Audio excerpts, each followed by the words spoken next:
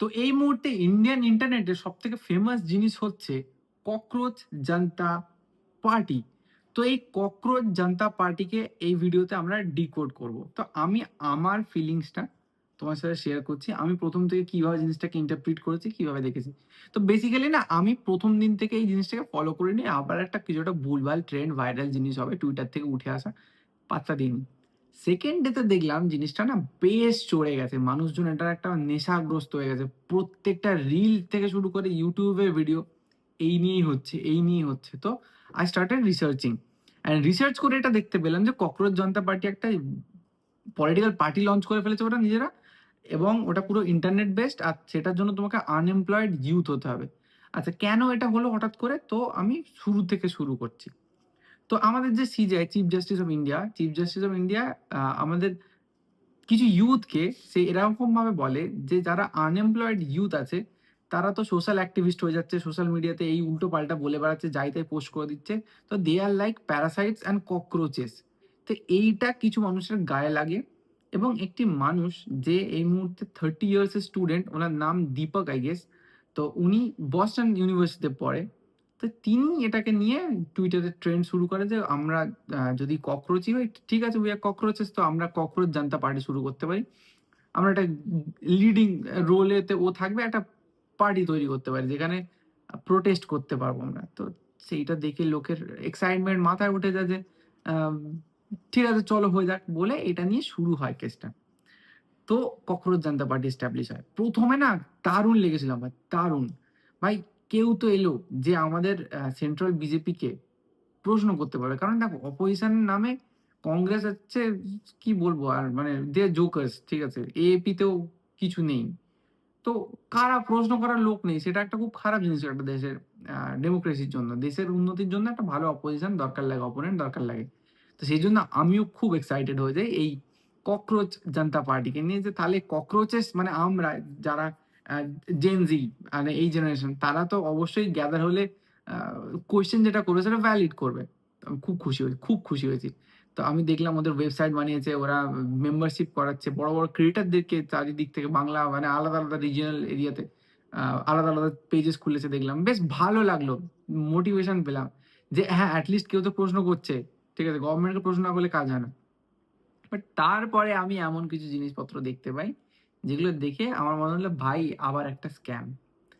পরে আস্তে আস্তে বুঝতে পারলাম এই মানুষগুলো যারা লিডিং রোলেতে আছে, এরা হচ্ছে এক একটা ধ্রুবরাটির ভাই ভাই।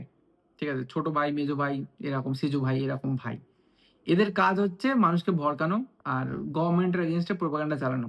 কোথাও না কোথাও বারবার দেখা যাচ্ছে যে এই যে লোকগুলো যারা মাথায় বসে আছে, এদের সাথে হয় কংগ্রেসের, নাহলে আম আদমি পার্টির কোথাও না কোথাও লিঙ্ক আপ আছে। মানে বেসিক্যালি এটা একটা পলিটিক্যাল প্রোপাগান্ডা এগেনস্ট বিজেপি। একটা চান্স পেয়েছে, কংগ্রেস কাজ করছে না, এপি আর কাজ করছে না, মানুষ এদের উপর ফেথ রাখছে না, তো নতুন করে একটা উইং তৈরি করার চেষ্টা করেছে। এইটা আলটিমেটলি আমাদের সামনে ক্লিয়ার হয়ে গেল। অ্যান্ড তারপরে তৈরি হলো লাল হিট পার্টি, যারা ককরোচেসকে ভাগাবে। অ্যান্ড সেটাও তো অন্যই লেভেলে চলছে। আমার কমেন্ট বক্সে তো লোকে ভরিয়ে দিচ্ছে লাল হিট পার্টি নিয়ে। তো এই হচ্ছে সিচুয়েশন, ঠিক আছে? মানে আমি তোমাকে বলে দিচ্ছি, এই মুহূর্তে ইন্টারনেট এমন একটা পজিশনে চলে গেছে না, যে যে কোনো দিন যা হোক কিছু হয়ে যেতে পারে, সব উল্টে পাল্টে যেতে পারে। বেসিক্যালি বাংলাদেশ আর নেপাল থেকে এদের ইন্সপিরেশনটা এসেছিল। অনেস্টলি বলছি, ওদের ইন্সপিরেশন ওখান থেকে এসেছে। পরিষ্কার বোঝা যাচ্ছে ভাই যে ওরা ওরকম কিছু একটা করতে চেয়েছিল, বাট সেটাতে সাকসেসফুল হয়ে উঠতে পারেনি। আচ্ছা, এবার যেটা বলার যে ভাই, এই ধরনের চাইল্ডিশ বিহেভিয়ার আমি আমাদের জেনারেশন থেকে এক্সপেক্ট করিনি। কারণ বিকজ দেখো, আমি আমি মানছি যে পলিটিক্যাল পদেতে যেই বসবে তাতেই সমস্যা আছে, সেই ঝামেলা ক্রিয়েট করবে, মানে সেই কারাপশন করবে। বাট টু বি অনেস্ট, তোমরা মন থেকে বলো তো, যে আমি কোনো মানে স্টেট লেভেল গভর্নমেন্টে যাচ্ছি, আমি সেন্ট্রাল বিজেপিতে আসছি। সেন্ট্রাল বিজেপিতে the action they took against Pakistan, আমরা স্বাধীনতার পর থেকে কখনো এরকম কিছু দেখেছি? এত ভায়োলেন্ট জিনিসপত্র দেখেছি কখনো? আমরা যেভাবে রিভেঞ্জ নিয়েছি, এই প্রথাটা ছিল আমাদের মধ্যে? না, আমার মনে হয় এই দিক থেকে বিজেপি ইজ অনেক বেটার। নট বিকজ আমি এই চশমা পরে আছি মানে আমি BJP supporter, it's not like that, it's not like that যে আমি বিজেপি সাপোর্টার নয়। আমি যে ভালো করে তাকে ভালো বলবো। আমি প্রথম ভিডিও বানিয়েছিলাম যে আমি ককরোচ পার্টিকে সাপোর্ট করছি, তারপরে আমার কাছে যখন ক্লিয়ার হলো তখন আমি বললাম, "না ভাই, এখানে বহুত বড় স্ক্যাম আছে।" তো আমি এটাই বলতে চাই যে সে এসে ইন্ডিয়ার দায়িত্ব নিতে পারে না। এটা নেপাল নয়, এটা বাংলাদেশ নয়, এটা ইন্ডিয়া। ঠিক আছে? One of the greatest economy in the world, one of the greatest country in the world. তো এই দেশটাকে সামলানো না এতটা ইজি না। আর যারা বলছো যে এলপিজির দাম আগে ৪০০ ছিল মনমোহন সিংয়ের সময়, এখন ৯০০ হয়ে গেছে। It's not like that. Inflation বলে একটা ওয়ার্ড আছে, সেটাকে ভুলে যেও না। ঠিক আছে? মানে জিনিসপত্রের দাম বাড়বে সেটাই তো স্বাভাবিক। স্বাভাবিক। আমি তো আমি তো দেখছি না যে এখন ৳৪০০ জিনিসটা এখন ৳৪,০০০ হয়ে গেছে। That is not the thing. হ্যাঁ, তোমরা এখানে বলতে পারো যে সমস্যা হয়েছে কারেন্সিতে। আমাদের ইন্ডিয়ান কারেন্সিতে। ইন্ডিয়ান কারেন্সি ₹96 $1 হয়ে গেছে। ওটা সমস্যা। That's a genuine problem. But it's not like that কি এলপিজি সিলিন্ডার দাম বেড়েছে। ভাই দাম তো বাড়বেই। আগে ৳১,০০,০০০ য় ন্যানো গাড়ি পাওয়া যেত।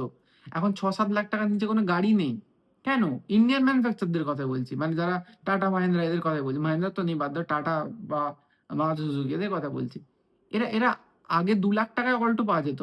এখন অল্টো কিনতে গেলে ৳5,00,000 র বেশি খরচা হয়ে যাচ্ছে। ওয়াই?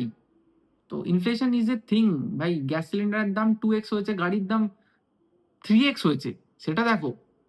তো সিচুয়েশন অন্যভাবে চেঞ্জ হয়। ইনফ্লেশনটাকে কেউ মাথায় তুলছে না। সবাই একটা পোস্টার বানাচ্ছে, পোস্টারের পেছনে একটা কারণ দিয়ে দিচ্ছে, যা হোক একটা ইললজিক্যাল পোস্টার। রিয়াল লজিক খুঁজতে গেলে পাগল, পাগল হয়ে যাবে। তো আমি চাই কেউ বিজেপিকে অপোজ করুক। আমি চাই পার্লামেন্টের লোক থাকুক যে বিজেপিকে কোয়েশ্চেন করতে পারবে। ঠিক যেমন রাঘব চাড্ডা করছিল। এরকম আমি লোক চাই। তার মানে এটা নয় যে যাকে তাকে আমরা পার্লামেন্টে জায়গা দিয়ে দেবো। যে মানুষটা ইন্ডিয়াতে নেই, ইন্ডিয়ার প্রবলেম বোঝে না, সে বাইরে থেকে একটা পার্টি ক্রিয়েট করে দেবে। লাইক ধ্রুব রাঠি যেরকম প্রোপাগান্ডা চালাচ্ছিল। তো এই ধরনের কাজকর্ম করবে। তাকে ভাই সাপোর্ট করাটা উইল বি বোকামো ফর আস। অন্ধভক্ত হয়েও না। তো বোকামো হয়ে যাবে জিনিসটা। তো এই cockroach Janata party is nothing but a scam as far as now. আমার মনে হয় না এইসব জিনিসপত্র বেশিদিন টিকবে। মানুষ পুরোপুরি এগেইনস্টে চলে গেছে। যারা এটা নিয়ে মাতামাতি করেছে তারাই এই মুহূর্তে এগেইনস্টে। Even including me. আমার মনে হয় না এইসব ছোট্ট বাচ্চাপোনাগুলোকে মাথায় তোলা উচিত। কারণ ভাই এদের কাছে কোনো স্টেটমেন্ট নেই ঠিকঠাক। এভাবে হয় না। তো এটাই হচ্ছে cockroach Janata party. Out of anger এটা তৈরি হয়েছিল। অ্যান্ড নাও আই ফিল কি এটা আউট অফ অ্যাঙ্গার নয়, এটা প্ল্যানফুলি তৈরি করা হয়েছে from a joint venture of AAP and Congress, might be, not sure, might be. যদি এরা ফার্দার এগোতে থাকে, যদি এরা ফার্দার কাজকর্ম ঠিকঠাক করে, দেন ইট উইল বি গুড। তাহলে খুব ভালো ব্যাপার। কারণ আমি চাই যে জেনুইনলি চাই যে কেউ অপোজ করুক। ডিক্টেটরশিপ স্টেটে যেন কোনোদিন ইন্ডিয়া না চলে যায়। ডেমোক্রেসি থাক।